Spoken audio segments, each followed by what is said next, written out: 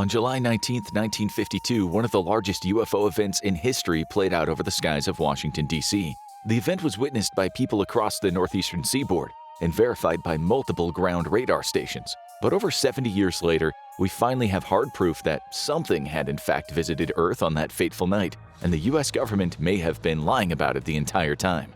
An event that for almost a century we believed had started over the skies of Washington actually had its beginnings in the night sky over Southern California, and we finally have hard proof. The new evidence for this incredible event comes from a recent study looking for artificial satellites in orbit around Earth before there were any human satellites there. As part of a wider investigation into the UFO-UAP phenomenon, a team of researchers began to look at evidence gathered by astronomical observatories in the past. After all, if anything artificial was in fact hanging out in Earth orbit, what better time to look for it than before mankind started filling that orbit with all manner of satellites and space trash? The results were almost immediately shocking. To find evidence of artificial satellites in Earth orbit, researchers looked for what are known as fast transients, objects that are captured on photographic plates that appear and dim very rapidly. Often these transients only appear on a single photographic plate and never reappear again, despite decades of repeated observations. These plates were taken as a form of early observations of the night sky. Starting in the late 19th century, the use of photographic plates revolutionized astronomy, allowing scientists to capture light over long exposures and revealing incredible new details about the galaxy we inhabit. Further, it allowed astronomers to visually record the thousands upon thousands of stars that make up our galaxy and beyond at a time when they were forced to make crude drawings of their observations that lacked significant detail or even accuracy. The long exposure times allowed for the discovery of heavenly bodies that even direct observation had failed to spot. That's because many of these objects, such as dwarf planets in our own solar system, reflect too little light to be visible to the naked eye. But using long exposure, the steady, if faint, stream of photons makes an impact on the photographic plate that is clearly visible to the naked eye. From the very first photographic plate on, it became clear that the universe was filled with far more objects than we have ever dreamed of. And these same photographic plates could prove that some of those objects are of extraterrestrial origin. Because the heavens move more slowly over our heads, long exposure and photographic plates are perfect for mapping out the cosmos. After all, stars are so distant to us and their orbits so huge that even those in very fast orbits around the center of our galaxy barely move even in observations that could last for days, weeks, or months. Space is simply too vast for heavenly bodies to show significant movement on these old photographic plates, making them excellent for building the earliest accurate models of our cosmic neighborhood. And it's exactly that lack of significant shift that makes the phenomenon of fast transients a puzzling one. Historically, there's been little interest shown in detecting these fast transients, largely because modern science is driven more by the need to publish findings people actually want to read in order to secure future funding than basic curiosity, which should be the fundamental basis of science. UFOs, thanks to a deeply entrenched ridicule culture among academia and regular culture, are not an officially sanctioned mystery. Thus, the best source for hard proof of non-terrestrial objects in or around the Earth has largely been unexplored until now.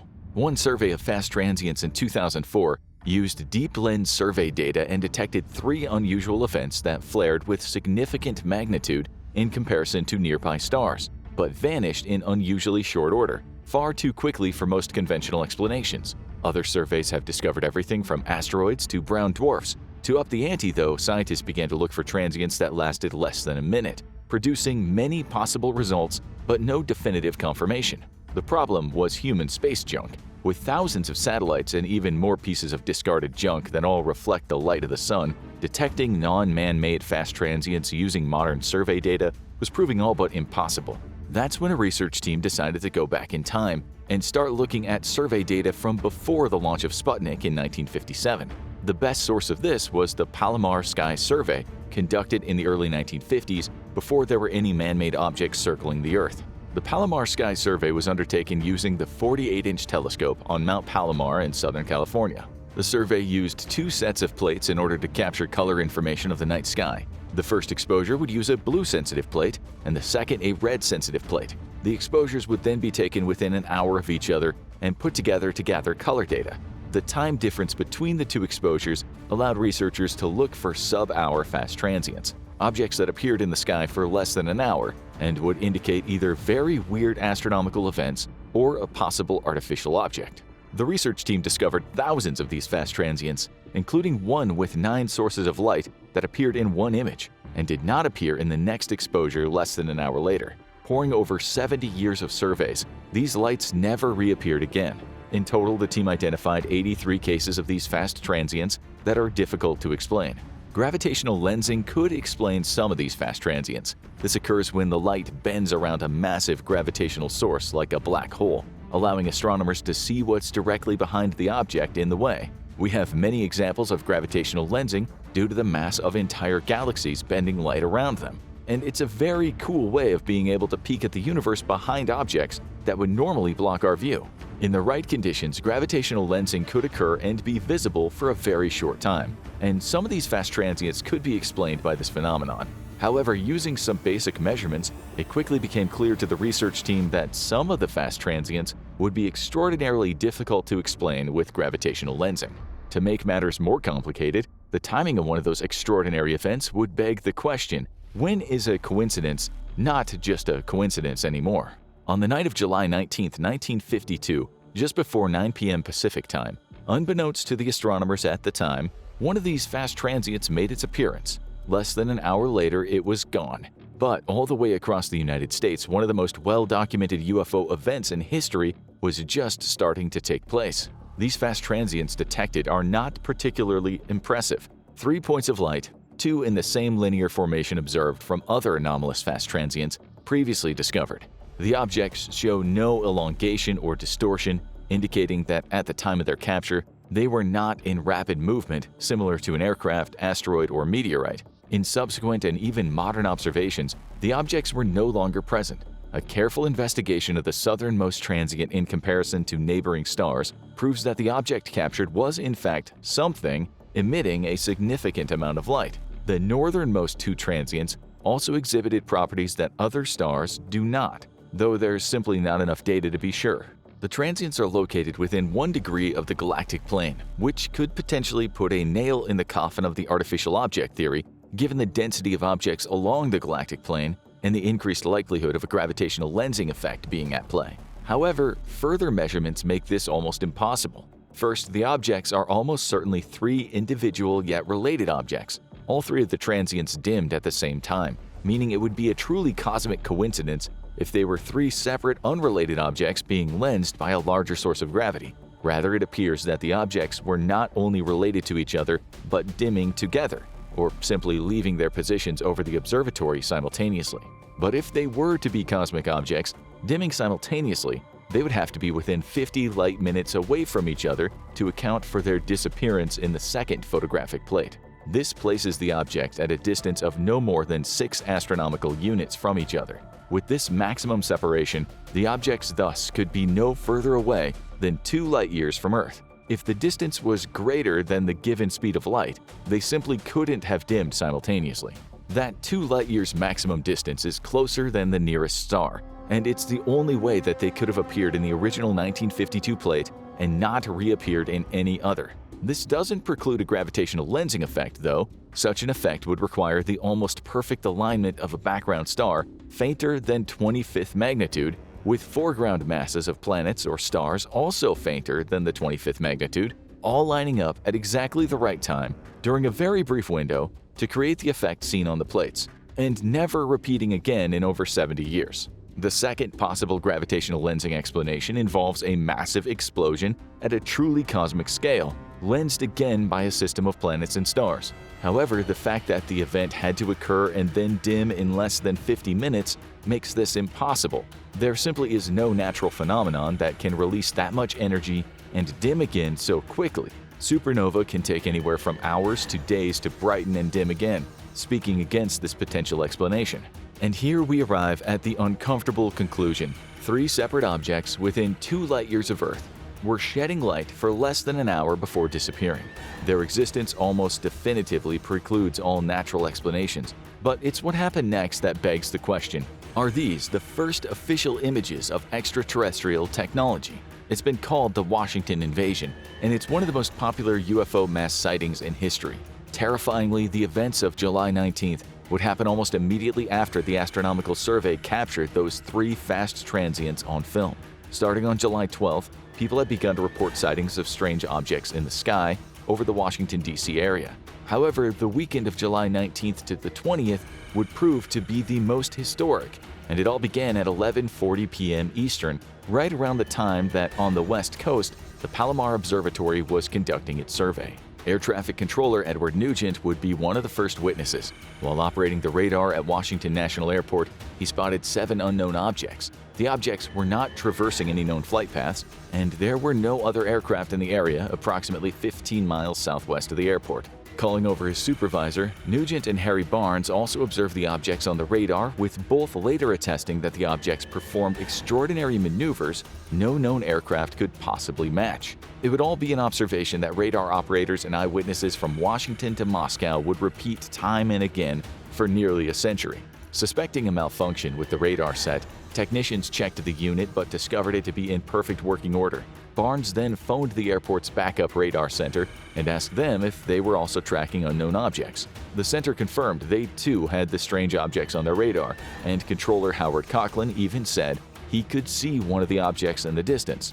Coughlin would describe it as a bright orange light, but struggled to make out details, though his description would mirror that given by other observers throughout the city that night. As both radar stations observed the strange objects, they became alarmed when additional objects began to appear over the Capitol and even the White House. Barnes immediately called Andrews Air Force Base, which was 10 miles away, though the controller said that they weren't picking anything up. However, one of the base's airmen soon called the control tower and reported spotting a strange object in the sky. William Brady, one of the controllers, looked in the direction of the report and suddenly saw what he described as an orange ball of fire that left behind a trail of light. The object moved with such incredible speed that when he turned to get the attention of the other controllers, the object had already disappeared. However, he would remain adamant that what he saw was not a meteor, given that the object showed the ability to accelerate and was not in a downward trajectory. Back at National Airport, pilot S.C. Pierman sat in the cockpit of his DC-4 waiting for permission to take off. While waiting, he was alerted over the radio that the control tower was tracking numerous unknown objects and they were moving in his direction. They asked him to see if he could get a visual, prompting Pierman to scan the sky. According to Pierman, he observed 6 different objects that he described as, quote, white, tailless, fast-moving lights. He was able to observe them for 14 minutes, during which he was in constant contact with Barnes back at the control tower. Barnes was able to track the objects appearing and disappearing on the radar exactly when and how Pierman described them.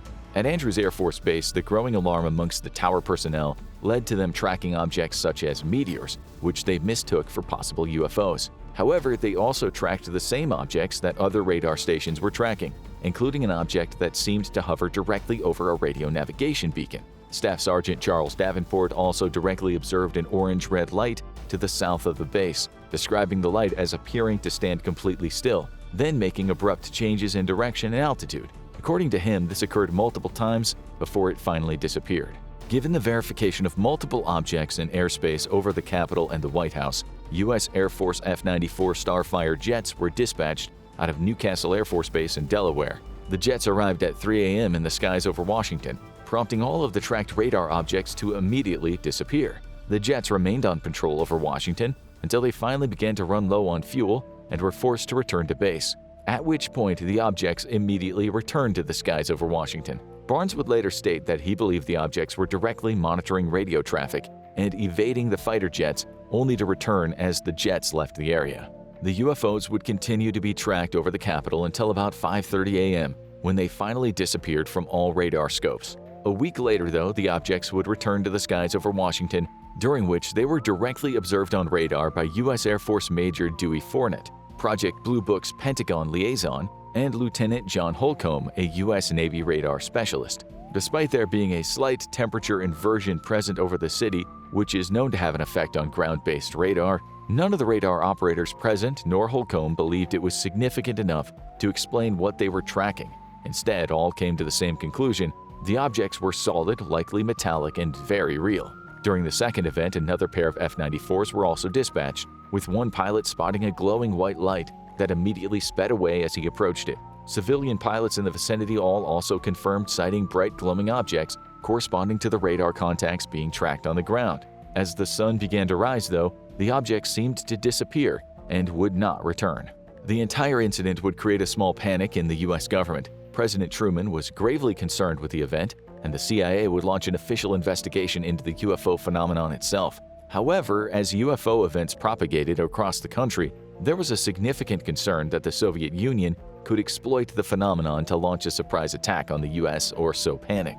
The fear was so great that it prompted the US government to attempt to downplay the UFO phenomenon and, in many cases, offer preposterous explanations roundly rejected by the public and professionals involved in these sightings. None of the radar operators from the nights of July 19th to the 20th or July 26th to the 27th would ever accept the official explanation put forward, that all of them had been fooled by a temperature inversion creating false contacts. Most telling, though, immediately after the Washington flap, Major General John A. Samford would hold a press briefing during which he answered a reporter's question on if similar objects had been spotted by Air Force radars. The Major General stated that there had been, quote, hundreds of similar contacts, resulting in the dispatch of U.S. fighters. However, each attempt to intercept the tracked objects was, quote, fruitless. And this brings us back to the Palomar Observatory's discovery. Because a temperature inversion could not have explained the presence of 3 light-emitting objects situated anywhere from directly in Earth's orbit